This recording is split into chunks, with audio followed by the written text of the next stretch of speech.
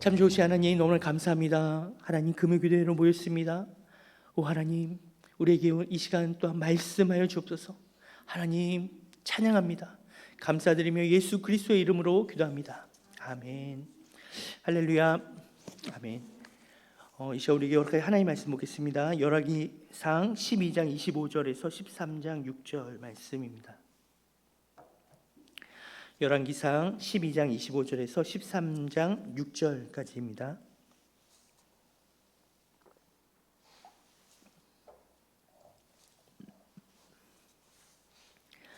우리 말씀이 좀 긴데요. 우리 교독으로 돌아가겠습니다. 제가 먼저 25절 읽고 우리 여러분들이 26절 돌아가겠습니다. 여로보암이 에브라임 산지에 세겜을 건축하고 거기서 살며 또 거기서 나가서 분회를 건축하고 그의 마음에 스스로 이르기를 나라가 이제 다윗의 집으로 돌아가리로다. 만약 이 백성이 예루살렘에 있는 여호와의 성전에 제사를 드리고자 하여 올라가면 이 백성의 마음이 유다 왕 된 그들의 주 르호보암에게로 돌아가서 나를 죽이고 유다의 왕 르호보암에게로 돌아가리로다 하고 이에 계획하고 두 금송아지를 만들고 우리에게 말하기를 너희가 다시는 예루살렘에 올라갈 것이 없도다. 이스라엘아, 이는 너희를 애굽 땅에서 인도하여 올린 너희의 신들이라 하고 하나는 베델에 두고 하나는 단에 둔지라. 이 일이 죄가 되었으니 이는 백성들이 단까지 가서 그 하나에게 경배함이더라. 그가 또 산당들을 짓고 레위 자손 아닌 보통 백성으로 제사장을 삼고 여덟째 달 곧 그 달 15째 날로 절기를 정하여 유다의 절기와 비슷하게 하고 제단에 올라가되 베델에서 그와 같이 행하여 그가 만든 송아지에게 제사를 드렸으며 그가 지은 산당의 제사장을 베델에서 세웠더라. 그가 자기 마음대로 정한 달 곧 여덟째 달 15째 날로 이스라엘 자손을 위하여 절기로 정하고 베델에 쌓은 제단에 올라가서 분향하였더라. 보라, 그때의 하나님의 사람이 여호와의 말씀으로 말미암아 유다에서부터 베델에 이르니 마침 여로보암이 제단 곁에 서서 분향하는지라. 하나님의 사람이 제단을 향하여 여호와의 말씀으로 외쳐 이르되 제단아 제단아, 여호와께서 이와 같이 말씀하시기를 다윗의 집에 요시아라 이름하는 아들을 낳으리니 그가 내 위에 분향하는 산당 제사장을 내 위에서 제물로 바칠 것이요 또 사람의 뼈를 내 위에서 사르리라 하셨느니라 하고 그날에 그가 그 진조를 들어 이르되 이는 여호와께서 말씀하신 진조라. 제단이 갈라지며 그 위에 있는 재가 쏟아지리라 하매 여로보암 왕이 하나님의 사람이 베델에 있는 제단을 향하여 외쳐 말함을 들을 때에 제단에서 손을 펴며 그를 잡으라 하더라. 그를 향하여 편 손이 말라 다시 거두지 못하며 하나님의 사람이 여호와의 말씀으로 보인 징조대로 제단이 갈라지며 재가 제단에서 쏟아진지라. 함께 읽습니다. 왕이 하나님의 사람에게 말하여 이르되 청하건대 너는 나를 위하여 내 하나님 여호와께 은혜를 구하여 내 손이 다시 성하게 기도하라. 하나님의 사람이 여호와께 은혜를 구하니 왕의 손이 다시 성하도록 전과 같이 되니라. 아멘. 오늘 말씀은 그 북이스라엘의 최초의 왕인 여로보암의 이야기입니다.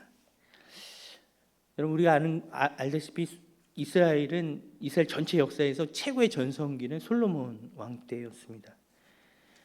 그런데 이 최고의 절정의 그 전성기를 누렸던 솔로몬 왕이 그가 죽자 바로 그 다음 아들 때인 르호보암 때 나라는 둘로 나눠지고 남유다 북이스라엘로 쪼개지게 되었습니다. 그 북이스라엘의 최초의 왕이 여로보암인데요. 우리가 여로보암에 대해서 한 가지 알아야 할 것이 있습니다. 그가 어떤 사람이었는가 하는 것입니다. 우리 열왕기상 11장 28절 한번 보겠습니다. 열왕기상 11장 28절 우리 함께 읽습니다. 시작. 이 사람 여로보암은 큰 용사라. 솔로몬이 이 청년의 부지런함을 보고 세워 요셉 족속의 일을 감독하게 하였더니. 여로보암 왕은요 에브라임 족속의 사람이었습니다. 에브라임 족속의 사람이었는데 근데 그의 어머니는 과부였습니다. 과부 수루아이의 아들이 곧 여로보암이었습니다. 우리가 성경에서 이렇게 자주 등장하는 말 중에 그 사회적 약자를 표현하는 용어 용어 가운데 고아와 가부가 있습니다. 이 여로보암의 집안의 배경이요, 남들보다 뛰어나지 않았습니다. 되게 어려운 집안이었는데, 그런데 오로지 그는요 자신의 부지런함으로 솔로몬 왕의 눈에 들었던 사람입니다. 솔로몬은 그의 부지런함을 보고 요셉 족속의 감독자로 세웠습니다. 그리고 그가 감독자가 된 이후에는 실로 선지자 아히야가 그에게로 와서 자신의 옷을, 입고 있던 옷을 12조각으로 찢어서 10조각을 주면서 여로보암에게 말합니다. 너가 이 10조각, 이스라엘 지파의 10지파를 다스리는 왕이 될 것이다. 이렇게 예언을 합니다. 여러분, 여로보암은요 다른 사람들보다 부지런했던 사람이었습니다. 그는 성실한 사람이었어요. 그런데 우리가 한 가지 기억해야 될 건, 이 성실함, 이 부지런함이 이스라엘의 왕이 되는 조건은 아니었을 것입니다. 그러면 그는 어떻게 해서 왕이 될 수 있었을까요? 여로보암이 이스라엘의 왕이 된 단 하나의 직접적인 원인은 바로 하나님이 세우셨기 때문입니다. 하나님께서 여로보암에게 왕이 될 것을 명하셨어요.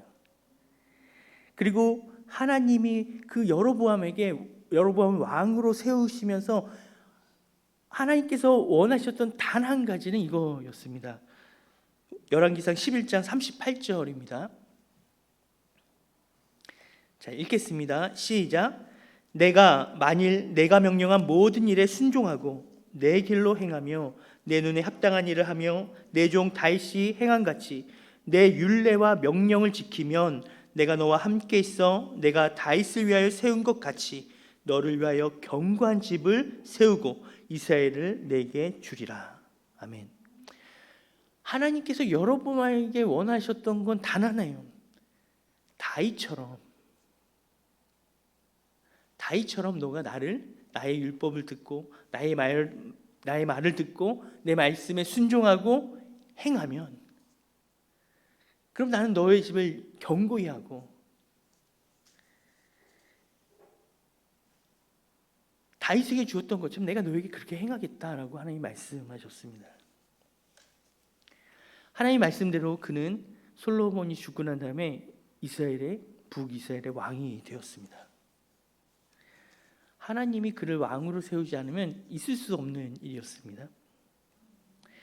그런데 그렇게 왕이 되고 난 후에 그는 이스라엘 백성들이 하나님께 드리는 예배로 말미암아 불안해하기 시작했습니다. 그 예배 때문에 백성들이 자신을 떠날까 봐 두려워하였습니다. 우리 열왕기상 12장 26절에서 28절 말씀 우리 다시 한번 읽겠습니다. 우리 함께 읽습니다. 그의 마음에 스스로 이르기를 나라가 이제 다윗의 집으로 돌아가리로다. 만일 이 백성이 예루살렘에 있는 여호와의 성전에 제사를 드리고자 하여 올라가면 이 백성의 마음이 유다 왕 된 그들의 주 르호보암에게로 돌아갔어 나를 죽이고 유다의 왕 르호보암에게로 돌아가리로다 하고, 이에 계획하고 두 금송아지를 만들고 무리에게 말하기를 너희가 다시는 예루살렘에 올라갈 것이 없도다. 이스라엘아, 이는 너희를 애굽 땅에서 인도해 올린 너희의 신들이라 하고. 율법은 그 모든 이스라엘 남자들로 하여금 1년에 3차례 예루살렘 성전에 올라가서 예배 드릴 것을, 절기를 지킬 것을 명합니다. 근데 이 북이스라엘이 있는데 예루살렘 성전은 남유다에 있습니다. 남유다에 올라가서 예배를 드리면 결국 남유다의 이 모든 백성들의 마음이 빼앗길 것을 여로보암은 두려워했습니다. 그래서 그는 생각합니다. 예루살렘 성전에 내 백성이 올라가지 못하게 해야겠다. 그래서 그는 예루살렘 성전에 올라갈 필요가 없게 북이스라엘의 예루살렘 성전과 같은 무게의 상징을 만들어야겠다라고 그는 생각하였습니다. 그래서 그는 금송아지 2개를 만들어서 베델과 단에 세우고 백성들에게 선포합니다. 이것이 너희를 애굽에서 올라오게 한 하나님이시다. 여호와 하나님이다 라고 선포하였습니다. 금송아지를 만들고 산당을 세우고 레위 자손이 아닌 백성들 가운데 원하는 이들에게 제사장이 되게 하고, 그리고 하나님 말씀에 따른 절기가 아니라 7월 15일이 아니라 자기가 정한 8월 15일에 절기를 지키게, 절기로 모이게 하였습니다. 철저하게 예루살렘 성전에 올라가지 못하도록, 예루살렘 성전에서 예배드리지 못하게 하기 위한 철저하게 계획된 것이었습니다. 사랑하는 여러분, 여로보암이 왕이 된 것은 그가 부지런하고 성실하였기 때문이 아닙니다. 여로보암의 부지런함과 성실함은 물론 그의 장점입니다. 장점이고 남들에게 호감을 얻을 수 있는 좋은 이유가 될 것입니다. 그러나 그럼에도 불구하고 그가 이스라엘의 왕이 된 직접적인 원인은 바로 하나님께서 그를 세우셨다는 겁니다. 하나님께서 허락하시고 오직 하나님이 그에게 은혜를 주셨기 때문입니다. 이스라엘 왕이 된 이유와 원인이 하나님께 있기 때문에요. 그가 이스라엘을 잘 다스리고 이스라엘의 백성들의 마음이 그에게로 있게 할 수 있는 단 한 가지는, 그것은 바로 하나님 말씀이었습니다. 하나님이 원하시는 것을 행하는 것이었습니다. 하나님의 말씀에 순종하고 하나님을 따르는 것, 그 한 가지였습니다. 사실은요, 여로보암이 이스라엘의 왕이 된 배경에는 무엇이냐면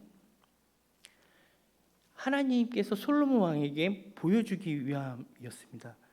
솔로몬은 가장 영화로운 시기를 보낸 이스라엘의 왕이었는데, 솔로몬 왕의 그 부강함과 솔로몬 왕의 그 강대함, 솔로몬 왕의 그 배경은 솔로몬 왕의 지혜가 결코 아니었습니다.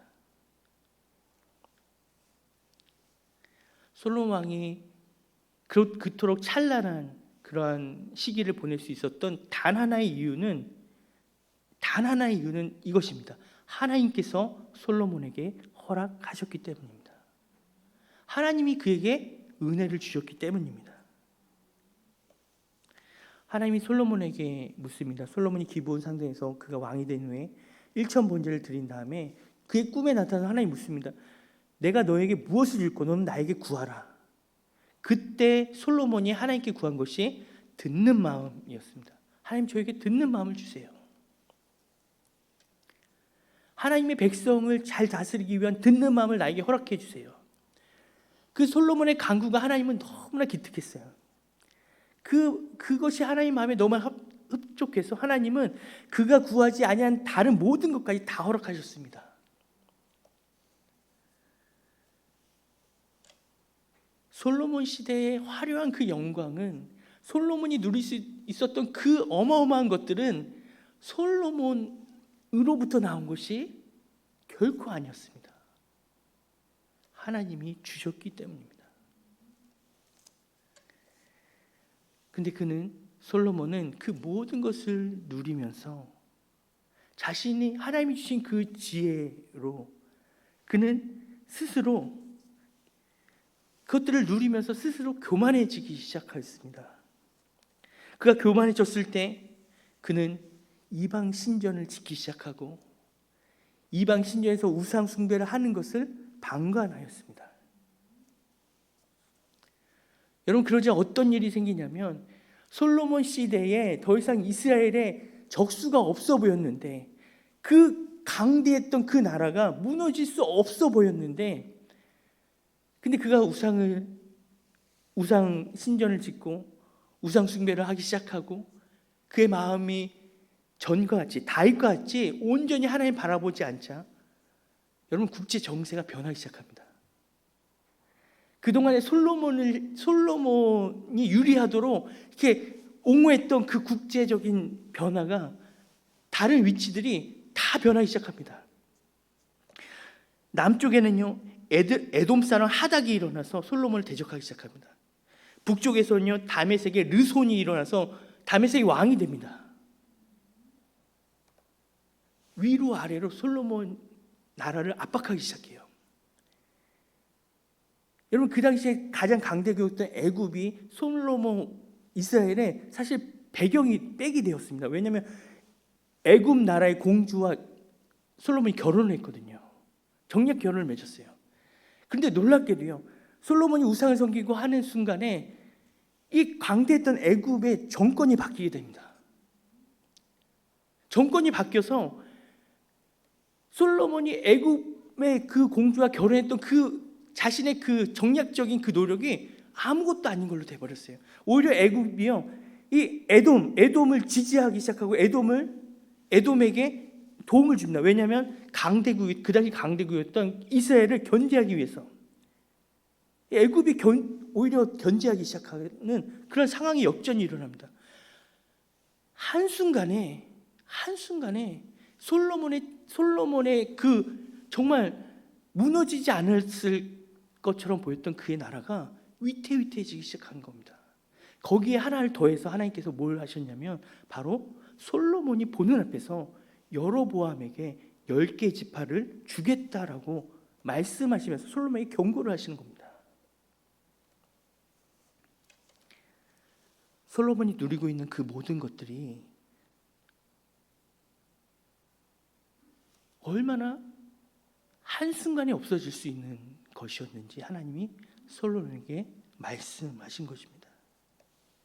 너가 누리고 있는 모든 것이 너의 지혜로 말미암음이 아니다라고 하나님이 말씀하시는 겁니다. 오직 하나님이 주셨기 때문에 하나님의 은혜 때문에 그런 모든 것들을 누릴 수 있었고 그 모든 것들을 이룰 수 있었음을 하나님께서는 솔로몬이 깨닫기를 원하셨습니다. 그러나 솔로몬은 깨닫지 못합니다. 솔로몬은 깨닫지 못했어요. 그리고 그렇게 왕이 된 여로보암도 그 하나님의 뜻을 깨닫지 못합니다.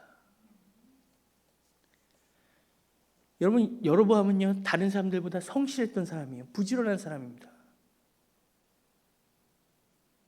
여로보암은 하나님의 뜻을 깨닫지 못하고 그는 어떠한 마음을 품었겠습니까? 내가 왕이 된 게 나의 열심과 나의 성실함과 나의 부지런함으로 내가 왕이 된 거다라고 그는 착각하였습니다.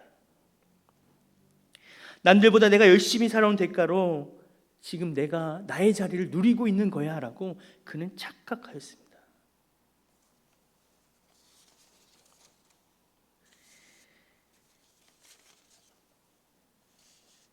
그리고 그의 착각이 어떻게 만듭니까?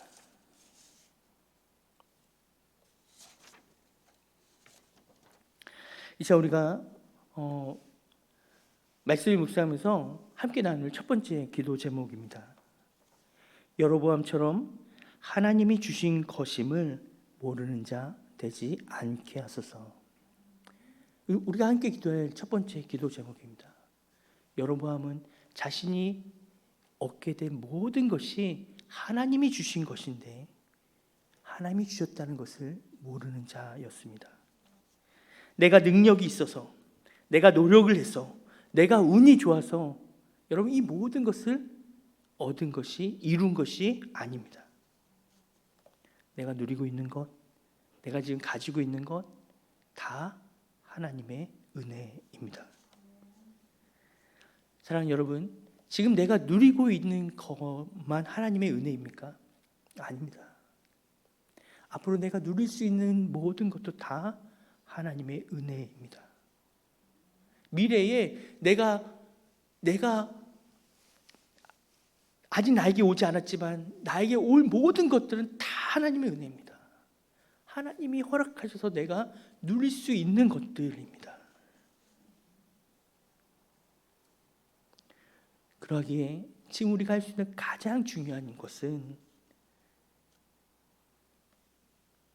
나의 모든 것이 하나님께 원인이 있음을 깨닫고 하나님 안에 있는 것입니다.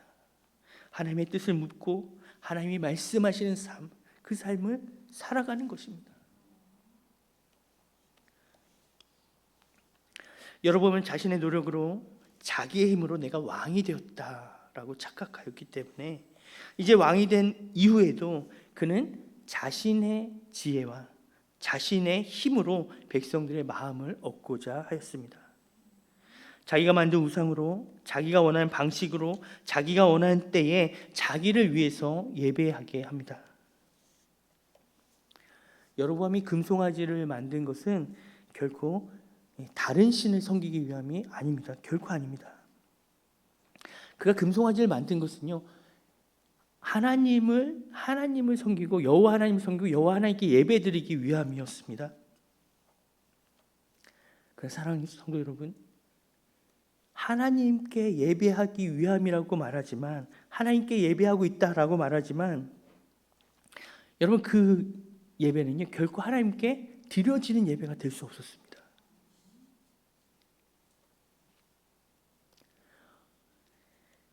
이스라엘 백성들 역시 마찬가지입니다. 여러분 이스라엘 백성들이 금송아지에게 제사를 지내며 예배를 드립니다. 이스라엘 백성들이 금송아지에게 예배를 드리면서 그들은 결코 다른 신을 섬긴다는 생각을 추호도 하지 않았습니다. 이스라엘 백성들은요 금송아지에게 예배를 드리면서 어떻게 생각했냐면 내가 여호와 하나님께 예배드리고 있습니다라고 생각하면서 예배를 드려요. 거기에 위기감이 전혀 없었습니다. 장소와 모양이 바뀌고 그리고 하나님의 말씀에 약간 변형되었지만 하나님의 말씀에 조금 달라졌지만 그들은 여전히 스스로 어떤 마음을 가졌냐면 나는 지금 하나님께 예배한다라고 생각하였습니다. 사랑하는 여러분, 이스라엘 백성들 여로보암이 갖고 있는 마음이 무엇인가요? 그들은 단지 내가 예배 드렸다라는 사실에 만족하고 있을 뿐입니다. 예배를 드림으로 나는 하나님께 축복받았다라고 생각하는 것입니다. 아니, 어쩌면 그들의 마음에는 이런 마음이 더 컸을 거예요. 내가 예배를 드림으로 내 삶이 저주받지 않는다라고 생각했을 거예요. 마치 돈을 내서 부적을 사가지고 그 부적으로 말미암아 내가 액땜한다라는 식으로 그들은 예배하였던 것입니다. 이번 추석 때 식구들이 모여서 예배를 드렸습니다. 추석날 추석 예배를 드렸는데요. 예배를 드리면서 아직 신앙이 깊지 못한 분들은 이게 예배 추석 때 드리는 예배가 추석 때 드리는 제사를 대신하고 있구나라는 것을 이렇게 깨닫는 시간이었습니다. 제사 지내지 않는 대신에 예배를 드리는 거예요. 온 가족이 모여서 예배를 드리는데 제사를 지내지 않는 대신에 예배를 드리기 때문에 이분들에게 중요한 거는 예배했다. 제사 대신에 그 순서를 대체한 그 예배, 우리가 예배했다. 이게 중요하구나 였습니다. 제가 왜 그렇게 느꼈냐면 예배를 드릴 때 예배의 내용이나 예배의 목적이나 예배의 그런 것들은 전혀 이분들에게는 상관이 없었어요. 그냥 예배 드렸으면 됐지가 다였습니다. 예배 시간에 이제 제가 이제 순서를 인도하고 이제 설교를 말씀을 나눴습니다. 온 가족이 모여서 이제 말씀이 짧아야 되는데 말씀이 좀 길어졌어요. 많이 좀 길어졌습니다. 굉장히 힘들어하고 예배가 끝난 다음에 뭔 설교 이렇게 길게 하냐라고 이렇게 여기저기서 그런 소리를 들으면서 제가 잘못했습니다. 짧게 해야 되는데. 근데 한편으로는요 그 모습을 보면서 예배를 드리는 이유가 그냥 예배 드렸다로 이분들은 그냥 만족하는구나. 말씀 메시지 그런 건 전혀 상관이 없어요. 그냥 짧으면 좋은 거예요. 예배가 짧게 끝나면 그게 은혜였던 것입니다. 무엇을 위한 예배인가? 한편으로는 좀 씁쓸했습니다. 이제 우리 금요기도회의 두 번째 기도 제목입니다. 예배를 위한 예배가 되게 하여 드리지 않게 하소서. 다시 한번 말씀드립니다. 예배를 위한 예배를 드리지 않게 하소서. 사랑하는 여러분, 이스라엘 백성들처럼 단지 예배를 드렸다에 만족하지 않았으면 좋겠습니다. 주일에 교회에 간 것으로 만족하지 않길 원합니다. 여러분, 내가 예배를 드려주는 것이 아닙니다. 하나님께 나와서 내가 예배 드려줍니다, 이게 절대 아니에요. 살아계신 하나님 앞에 우리가 예배를 드리고 있는 것입니다. 코로나 이후에 우리의 신앙이 얼마나 가벼워졌습니까? 우리의 예배가 얼마나 선택적으로 변화했습니까?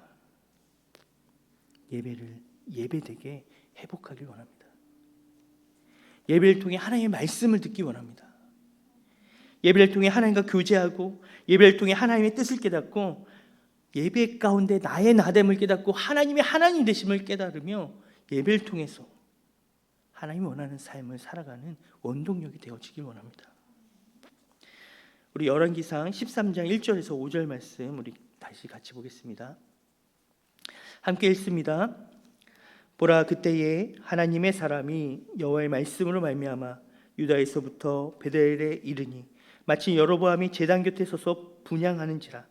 하나님의 사람이 제단을 향하여 여호와의 말씀으로 외쳐 이르되, 제단아 제단아, 여호와께서 이와 같이 말씀하시기를 다윗의 집에 요시아라 이름하는 아들을 낳으리니 그가 내 위에 분향하는 산당 제사장을 내 위에서 제물로 바칠 것이요 또 사람의 뼈를 내 위에서 사르리라 하셨느니라 하고, 그날에 그가 징조를 들어 이르되, 이는 여호와께서 말씀하신 징조라. 제단이 갈라지며 그 위에 있는 재가 쏟아지리라 하매, 여로보암 왕이 하나님의 사람이 베델에 있는 제단을 향하여 외쳐 말함을 들을 때에 제단에서 손을 펴서 그를 잡으라 하더라. 그를 향하여 편 손이 말라 다시 거두지 못하며 하나님의 사람이 여호와의 말씀을 보인 징조대로 제단이 갈라지며 재가 제단에서 쏟아진지라. 아멘. 여로보암이 자기가 만든 제단에 자기가 원하는 방식으로 자기가 원하는 예배를 드리고 있을 그때에 하나님의 사람이 올라서 여로보암에게 경고를 합니다. 이 여로보암 입장에서는요, 그동안 드렸던 이 공들였던 자신의 그 계획과 수고가 그냥 이렇게 무너지는 그런 순간이었어요. 저주와 같은 말씀을 대언하는 하나님의 선지자를 향해 그는 저 선지자를 잡으라라고 말하는 순간, 여러분, 그 손은 마르게 되었고요, 그 선지자가 말씀하신 대로 제단은 갈라지고 재가 제단에 쏟아지는 것을 그는 눈으로 보게 되었습니다. 하나님의 분명한 뜻과 하나님의 분명한 말씀과 경고를 그는 알게 된 거예요. 그에게 분명히 선포되어지는 순간이었습니다. 그러나 여로보암은 하나님의 메시지를 듣고 하나님의 사인을 보았음에도 그는 돌이키지 않았습니다. 우리 열왕기상 13장 33절에서 34절 말씀 보겠습니다. 우리 같이 읽겠습니다. 여로보암이 이 일 후에도 그의 악한 길에서 떠나 돌이키지 아니하고 다시 일반 백성을 산당의 제사장으로 삼되 누구든지 자원하면 그 사람을 산당의 제사장으로 삼았으므로 이 일이 여로보암의 집에 죄가 되어 그 집이 땅 위에서 끊어져 멸망하게 되니라. 여러분, 세 번째 기도 제목입니다. 하나님이 주신 말씀과 사인에 반응하게 하소서. 다시 한번 말씀드립니다. 하나님이 주신 말씀과 사인에 반응하게 하소서. 예배를 통해 우리가 사모하는 첫 번째는요, 하나님을 나의 하나님 됨으로 즐거워하며 기뻐하며 하나님께 경배하는 것입니다. 그리고 두 번째는요, 예배를 통해서 하나님의 뜻을 알고 하나님이 원하시는 삶을 깨달아 그 삶을 살아가는 것입니다. 여러분, 하나님이 들려주시는 말씀과 사인을 보면서도 내 앞에 분명한 하나님의 말씀이 있고 하나님의 사인이 있음에도 불구하고, 그것이 내 마음에 계속해서 들려짐에도 불구하고 나의 욕심으로, 때로는 나의 이기심으로 여러분 그것을 못 본 척하고 듣지 않는 그런 삶을 살아가지 않길 원합니다. 여로보암처럼 단지 자기를 위하여 살아가는 자가 되지 않기 원합니다. 우리 마지막 기도 제목입니다. 열왕기상 13장 6절 보겠습니다. 우리 같이 한번 읽겠습니다. 시작.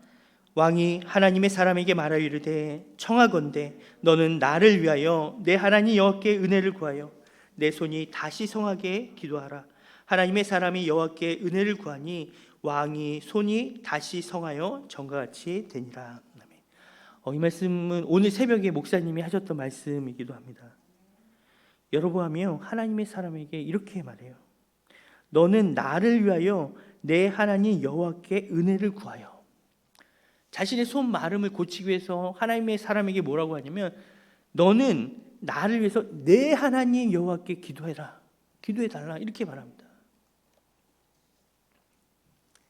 여러분 그는 여로보암 왕은요 여호와 하나님께 예배드리기 위해서 예배 방법을 정하고 예배의 모양을 지정하고 백성들로 알고 예배하게 했어요.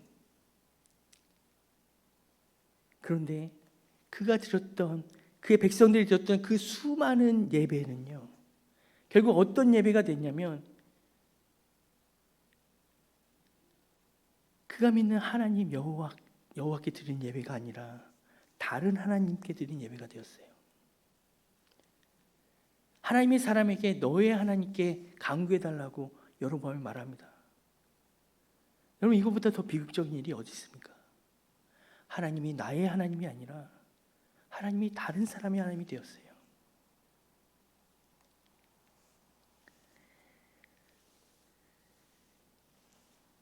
오늘 말씀의 결론이자 마지막 기도 제목입니다. 오직 나의 하나님께 예배하게 하소서. 하나님이 나의 하나님이 되길 원합니다.